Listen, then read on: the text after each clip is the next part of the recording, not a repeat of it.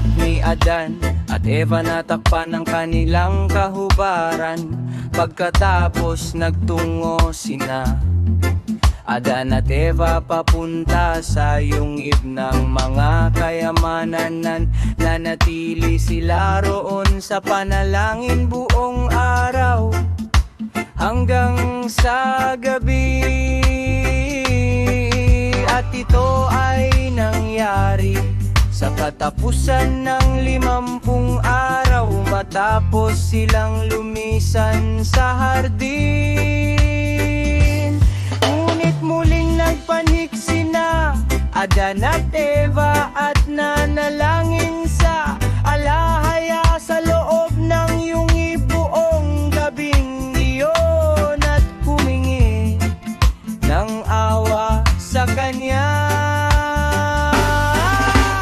At nang mag-umaga na, sinabi ni Adan kay Eva, halika, tayo ay magtungo at humanap ng gagawin para sa ating mga katawan.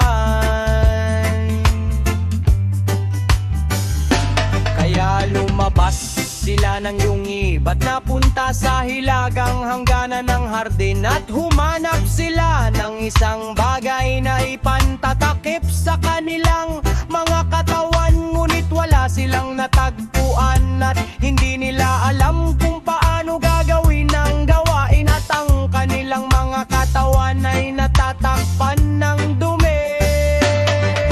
At nangalumbaba sila dahil sa lamig at init. Pagkatapos tumindig si Adan at nanalangin sa alahaya na ipakita sa kanya ang isang bagay na maipantatakip sa kanilang mga katawan.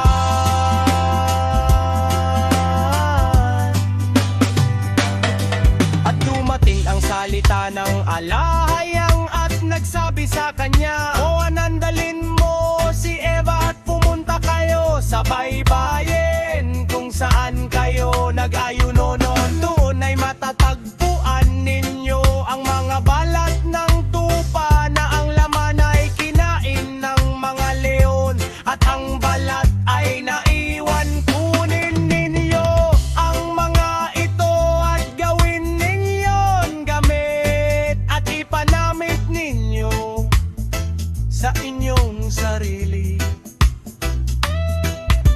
Ano ang kagandahan niya upang sundan mo siya?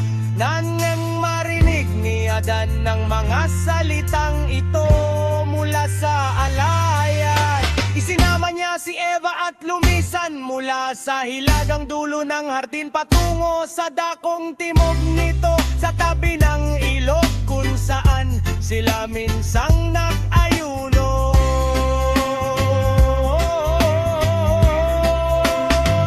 Ngunit habang sila'y naglalakbay at bago pa man nila marating ang lugar na iyon, narinig ni Satanas ang masama ang salita ng alahaya na nakikipag-usap kay Adan tungkol sa kanyang pananamit.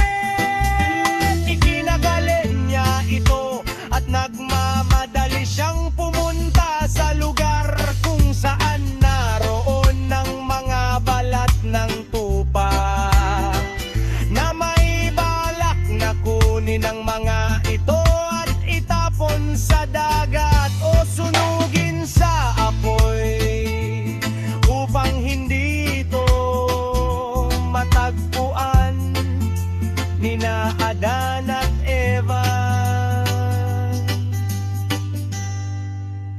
Ngunit nang siya ay kukuha na ng mga ito, dumating ang salita ng alahaya mula sa langit at itinali siya sa tabi ng mga balat na iyon hanggang sa dumating sina Adan at Eva.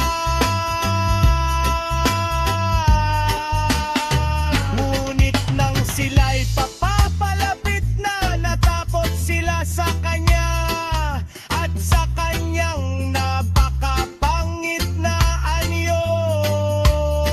Pagkatapos lumapit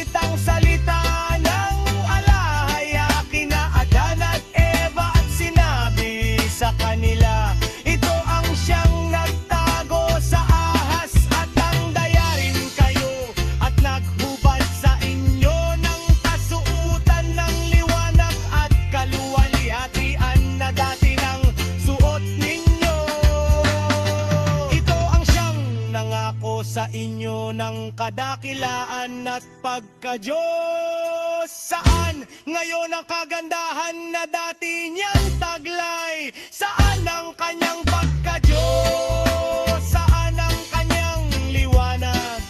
Saan ang kaluwalhatian na sumasa kanya noon? Ngayon, ang kanyang anyo ay kakilakilabot. Siya ay naging kasuklam-suklam sa mga anghel at siya ay tinawag na Satanas.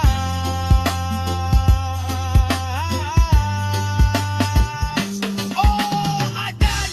Nais niyang agawin mula sa iyo ang makalupang kasuotang ito nayari sa balat ng tupa at sirain ito at hindi hayaang kayo ay mabihisan nito.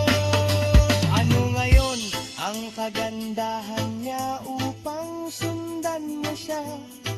At ano ang nakuha mo sa pakikinig sa kanya? Masdan ninyo ang kanyang masasamang gawa at pagkatapos ay tumingin kayo sa akin. Sa akin ang inyong may likha at sa mabubuting bagay na ginagawa ko para sa iyo. Kita ninyo, itinali ko siya